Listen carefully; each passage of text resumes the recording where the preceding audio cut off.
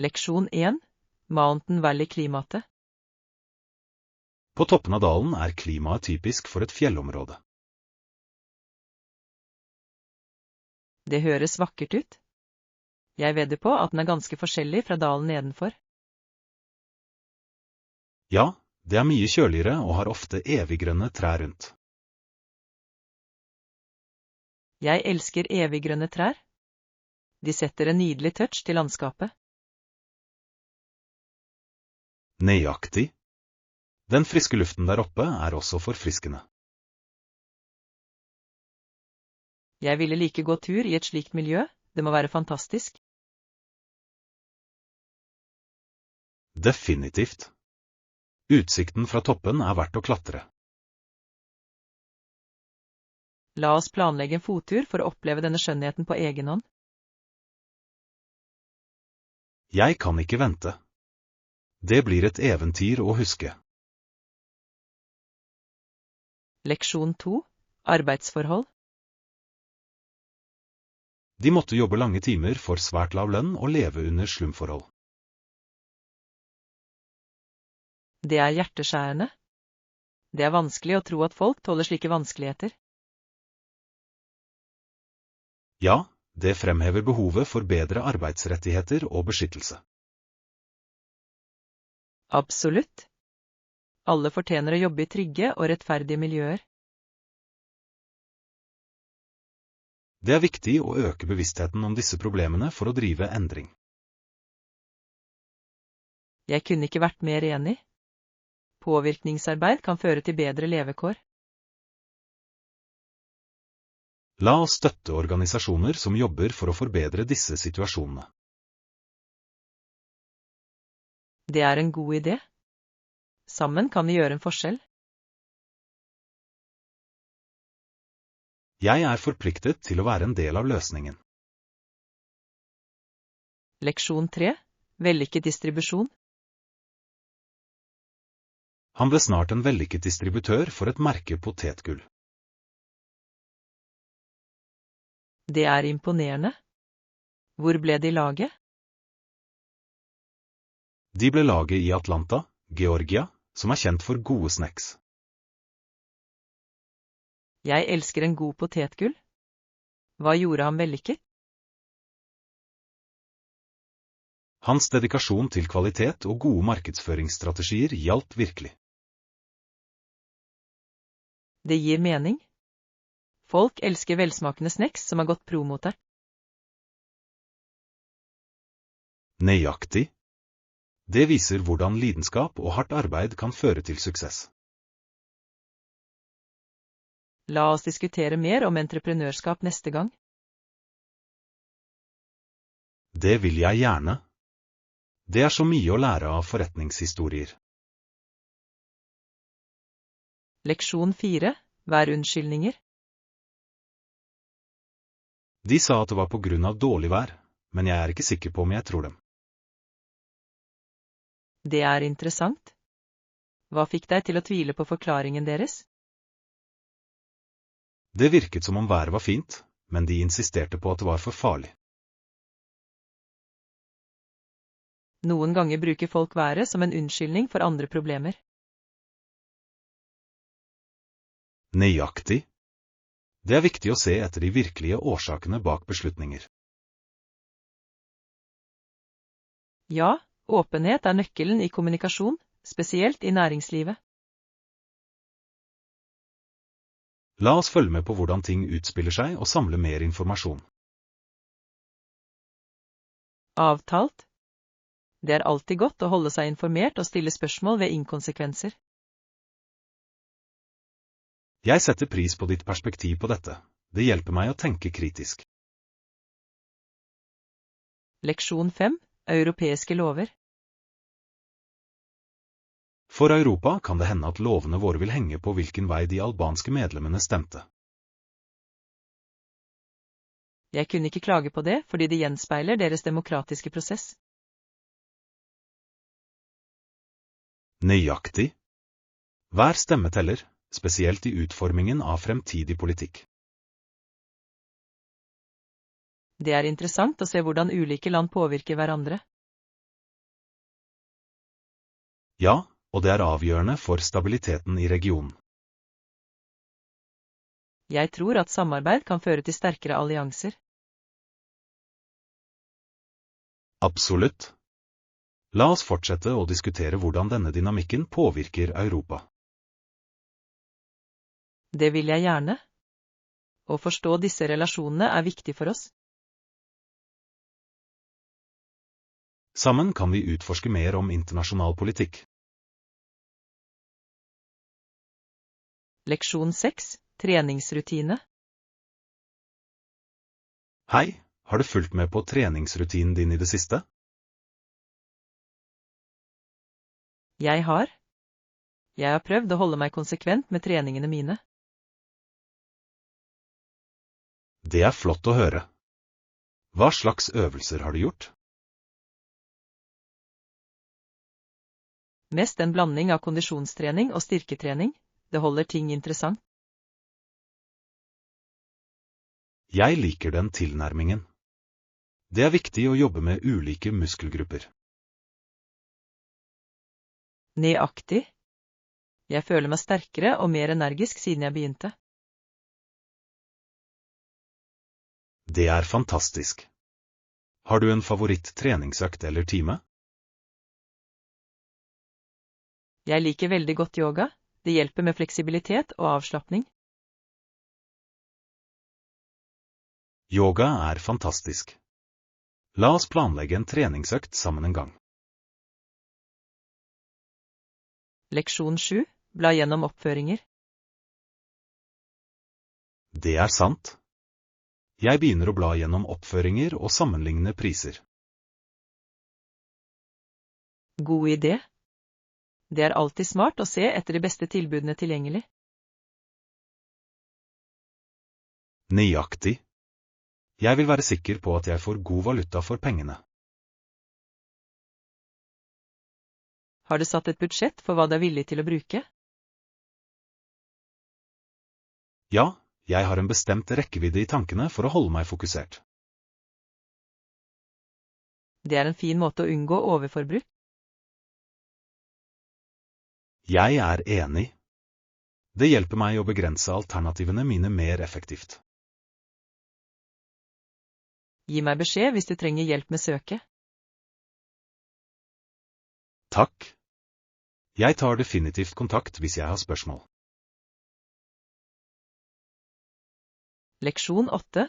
Forespørsel om romservice. Hei, vet du om dette hotellet har romservice? Ja, det gjør de. Det er så praktisk når du vil slappe av på rommet ditt. Det er fantastisk. Jeg elsker ideen om å nyte et måltid uten å forlate. Nøyaktig. Den er perfekt for de late dagene eller sen kveldssnacks. Vet du hva slags menyalternativer de tilbyr? Jeg tror de har en rekke retter, fra frokost til middag. Det høres deilig ut. Jeg kan bestille noe spesielt når vi kommer. Flott plan. Det er deilig å unne seg litt kos. Jeg gleder meg til å prøve det under oppholdet. Leksjon 9. Kanadisk opplevelse. Når de besøker, spiser de kanadisk mat og lærer hvordan det er å bo i en kanadisk husholdning. Det høres ut som en fantastisk kulturell opplevelse. Ja, det er fascinerende å se hvordan mat spiller en rolle i tradisjoner. Nøyaktig. Kanadiske retter kan være ganske varierte og deilige. De får prøve alt fra paitine til smørterter. Det er noen av mine favoritter. Det er flott å dele slik mat. Jeg er enig. Mat har en måte å bringe mennesker sammen på. La oss planlegge middag med kanadiske retter snart. Det vil jeg gjerne. Det vil være en morsom måte å feire kulturen på. Leksjon 10. Transportplaner. Moren hennes vil kjøre meg hjem igjen. Det tar omtrent 1,5 time å komme dit. Det er hyggelig av henne. Det er alltid flott å ha noen til å kjøre deg. Ja, jeg setter pris på det. Det sparer meg for bryet med offentlig transport. Nøyaktig. I tillegg gir det deg en sjanse til å chatte og fange opp. Absolutt. Vi kan snakke om alt det morsomme vi gjorde sammen. Det høres deilig ut. Roadtrips kan være en flott opplevelse. Sikkert. Jeg skal sørge for å ta med snacks til reisen. God idé. Snacks gjør det alltid morsommere å reise. Jeg gleder meg til turen hjem. Leksjon 11. Butikkhendelse. En gang tok jeg henne med meg til en butikk, og jeg lot henne stå på en hylle. Å nei. Hva skjedde videre? Vi var halvveis hjemme da jeg skjønte at jeg hadde glemt henne. Det må ha vært litt av panikk. Hvordan takler du det? Jeg skyndte meg tilbake til butikken, i håp om at hun fortsatt var der. Jeg kan ikke tro at du la henne på en hylle. Var hun ok? Heldigvis hadde hun det bra og ventet bare på meg. For en lettelse. Det er garantert en lærdom. Definitivt. Nå sørger jeg for å holde eie med henne hele tiden. Leksjon 12. Kjolekjøp. Ja, jeg kjøpte en nydelig kjole. Den passer perfekt, og fargen er flott. Det er fantastisk. Hvilken farge valgte du? Det er en nydelig nyanse av blått. Jeg trodde det ville passe stilen min godt. Blå er en så flatterende farge. Jeg kan forestille meg hvor vakkert det ser ut på deg. Takk. Jeg kan ikke vente med å bruke den til en spesiell anledning. Har du en begivenhet i tankene? Ja, det kommer et bryllup som vil være perfekt for det. Så spennende. Du vil se fantastisk ut i den kjolen. Jeg håper det. Jeg skal sørge for å ta mange bilder. Leksjon 13. Transportforespørsel. Ok, jeg skal sjekke de ut. Hva med transport i byen? Det er mange alternativer, inkludert busser og drosjer. Det er praktisk. Jeg foretrekker offentlig transport. Det er ofte rimeligere. Jeg er enig. I tillegg kan du unngå stresset med parkering. Nøyaktig. Jeg skal se på timeplanene og rutene før vi drar. Det høres smart ut.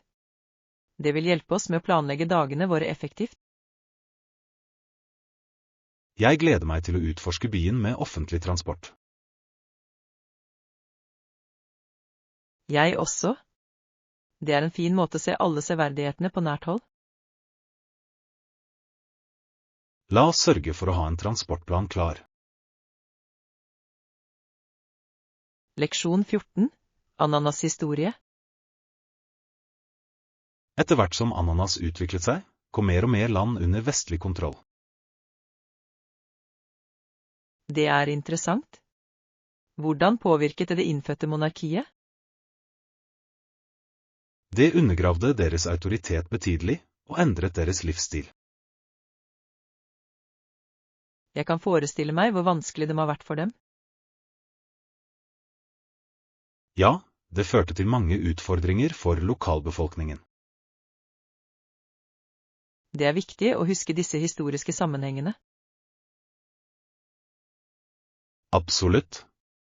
De former kulturene vi ser i dag. La oss fortsette å diskutere disse temaene, de er så berikende. Det vil jeg gjerne. Historien har alltid leksjoner å lære oss. Leksjon 15. Viktigheten av søvn. Nok søvn er avgjørende for vårt generelle velvære. Jeg er helt enig. Noen ganger sliter jeg med å finne tid til hvile. Ja, det er utfordrende i våre travle liv å prioritere søvn. Jeg er ofte oppe til sent på jobb eller blar gjennom telefonen min. Det er et vanlig problem. Vi bør ha som mål å sette grenser. Definitivt. Etablering av en vanlig søvnplan kan hjelpe. Nøyaktig. Konsistens er nøkkelen til å forbedre søvnkvaliteten. La oss minne hverandre på å holde oss til søvnmålene våre. Jeg er med. Sammen kan vi oppmuntre til sunnere vaner. Leksjon 16. Forespørsel om vektgrense.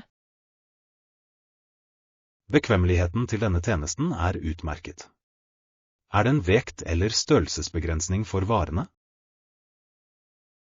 Ja, det er noen begrensninger basert på typen varer du vil sende. Det gir mening.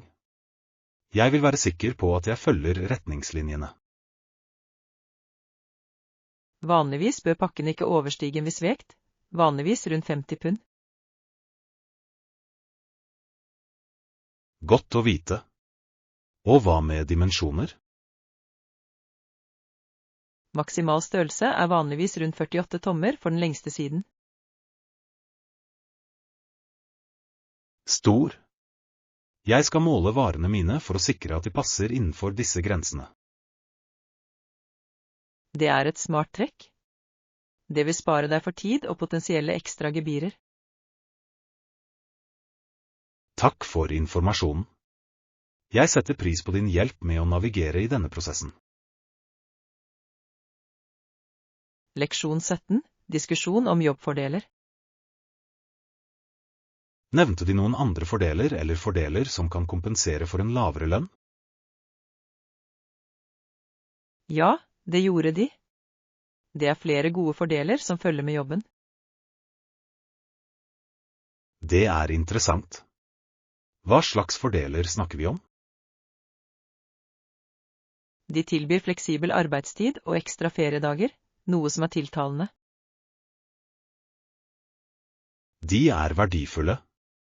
Fleksibilitet kan utgjøre en stor forskjell i balansen mellom arbeid og privatliv. Nøyaktig.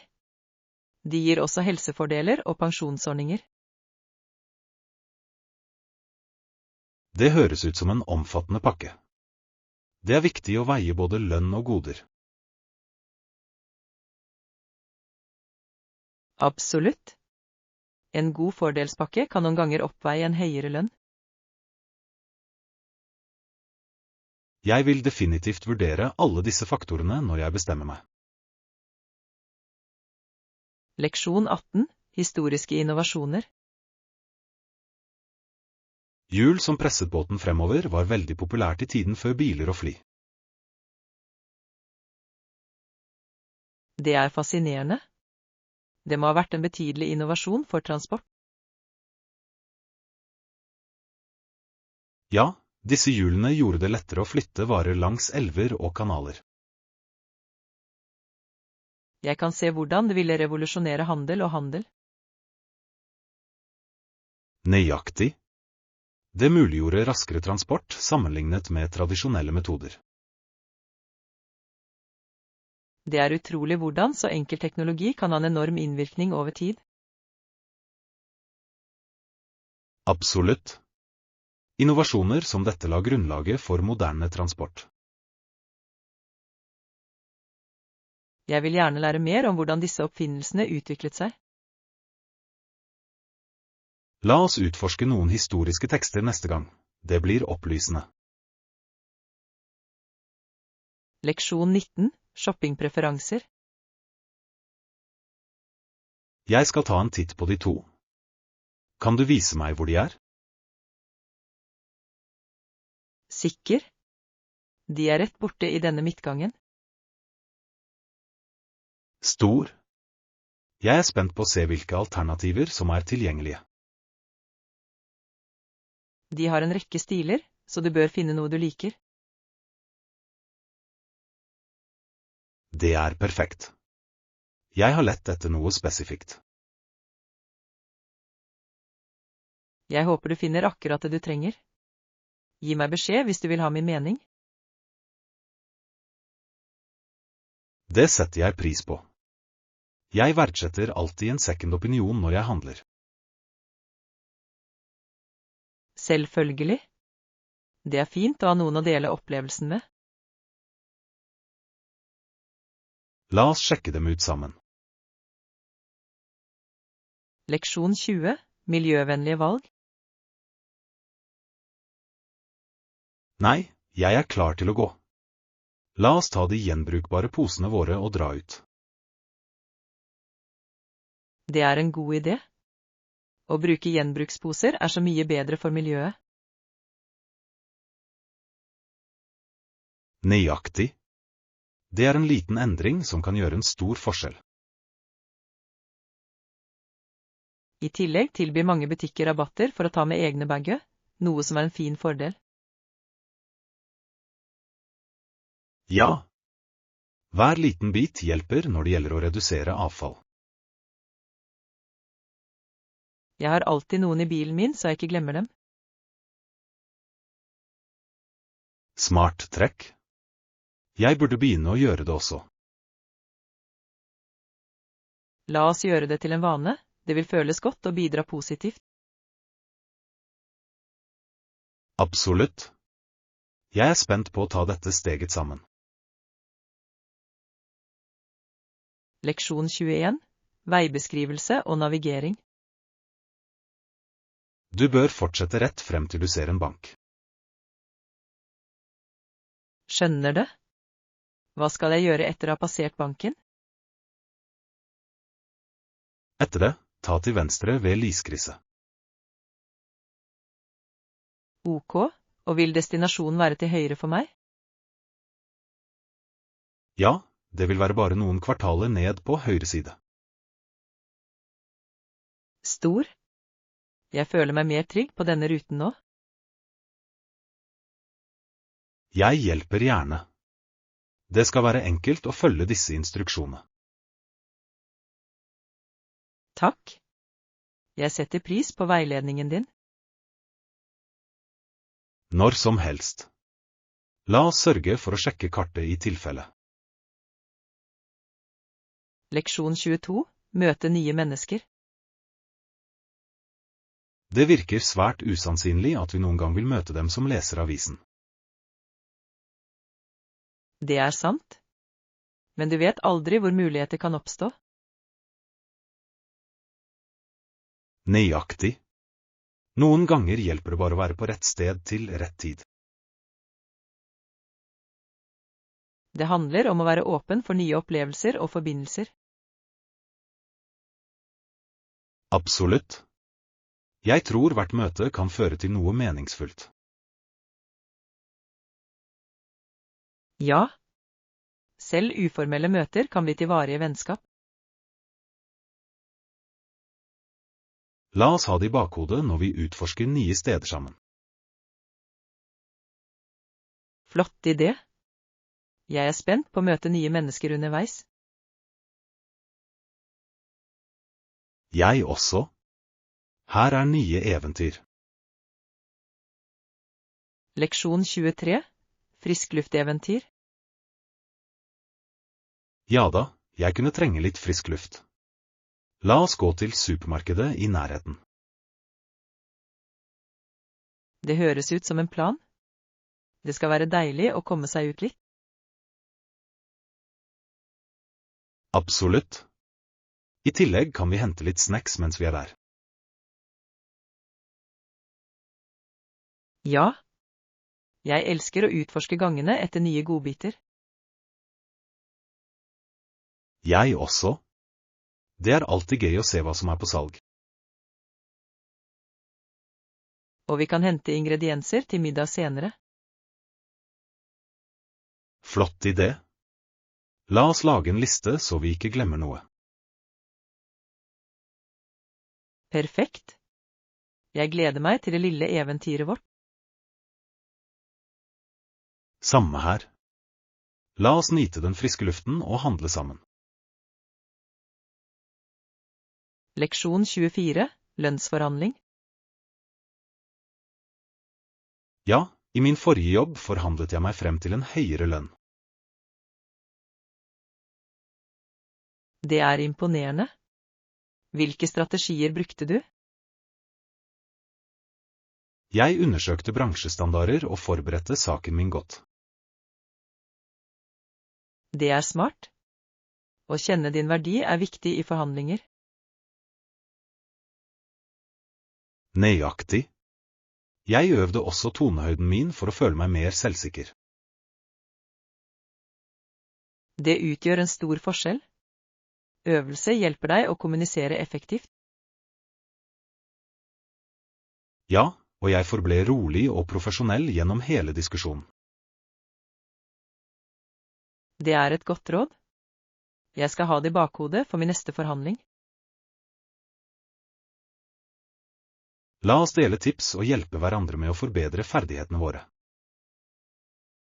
Leksjon 25, kaffepreferanser. Hei, jeg foretrekker kaffen min uten noen smaker, bare den originale smaken. Det er interessant. Jeg liker å prøve forskjellige smaker, men jeg får det til. Det er noe trøstende med den klassiske smaken av svart kaffe. Absolutt.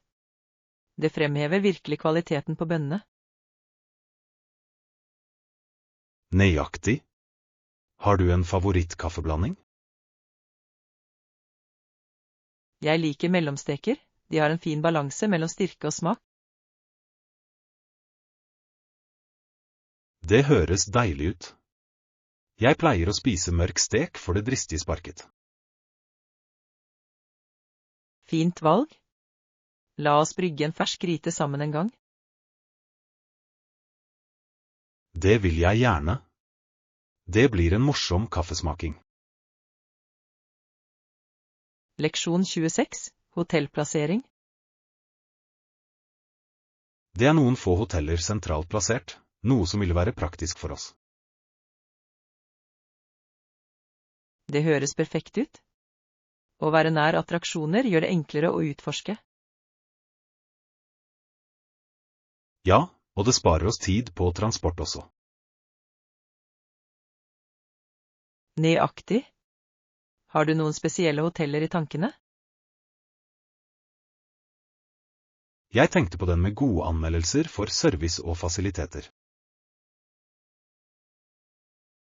God idé. Det er alltid hyggelig å bo et komfortabelt sted. I tillegg kan vi enkelt gå til restauranter og butikker. Jeg elsker det. La oss snart ferdigstille innkvarteringen vår. Avtalt. Jeg er spent på turen vår. Leksjon 27, kvinnelige idrettsutøvere. Spesielt i Sovjetunionen og Øst-Tyskland oppmuntret de kvinnelige idrettsutøvere på høyeste nivå. Det er fascinerende. Den viser hvordan idrett kan bryte barrierer. Ja, og det var med på å fremme likestilling i friidretten. Nøyaktig. Disse landene investerte tungt i sine sportsprogrammer. Det er imponerende å se hvor langt kvinneidretten har kommet siden den gang. Absolutt. Det er så mange talentfulle kvinnelige idrettsutøvere i dag. La oss feire deres prestasjoner og støtte kvinner i sport. Det ville jeg elsket. Det er viktig å fortsette å presse på for likestilling. Sammen kan vi gjøre en forskjell for å fremme kvinneidrett. Leksjon 28. Omfavne forandring. Det er sant. Hvis noe ikke fungerer slik du har planlagt, bare gjør det beste ut av situasjonen. Absolutt. Det handler om å tilpasse seg og finne sølvet. Ja, å se etter skjønnheten i utfordringer kan føre til vekst. Nøyaktig. Det er en flott tankegang å ha i livet. Jeg har lært at fleksibilitet ofte fører til uventede muligheter. Jeg også. Omfavne endring kan være utrolig givende. La oss minne hverandre på å være positive når de møter tilbakeslag. Det vil jeg gjerne. Støtte er nøkkelen til å overvinne hindringer. Sammen kan vi gjøre utfordringer til triumfer. Leksjon 29. Helgeferie. Hei, jeg har lengtet etter en ferie. Noen ideer til en helgetur? Hva med en stranddestinasjon? Det er perfekt for avslapping. Det høres fantastisk ut. Jeg kunne brukt litt sol og sand. Nøyaktig. Det er noen flotte steder bare noen timer unna. La oss se nærmere på overnatting og aktiviteter mens vi er der. God idé. Vi bør også planlegge noen morsomme utflukter. Jeg gleder meg til å utforske nye steder og slappe av. Jeg også. En helgetur vil være et forfriskende temposkifte. La oss få det til snart. Leksjon 30. Verdier for industriell revolusjon. Å utnytte den industrielle revolusjon til våre verdier om fri virksomhet, bevaring og menneskelig anstendighet er avgjørende. Absolutt. Det er avgjørende å balansere fremgang med etiske hensyn. Ja, vi må sørge for at fremskritt kommer alle til gode, ikke bare noen få. Nøyaktig. Bærekraft bør være i forkant av utviklingen vår. Og det er viktig å fremme menneskelig anstendighet i forretningspraksis. Jeg er enig. Bedrifter bør prioritere sitt samfunnsansvar. La oss gå inn for disse verdiene i våre diskusjoner og handlinger. Det er en flott plan.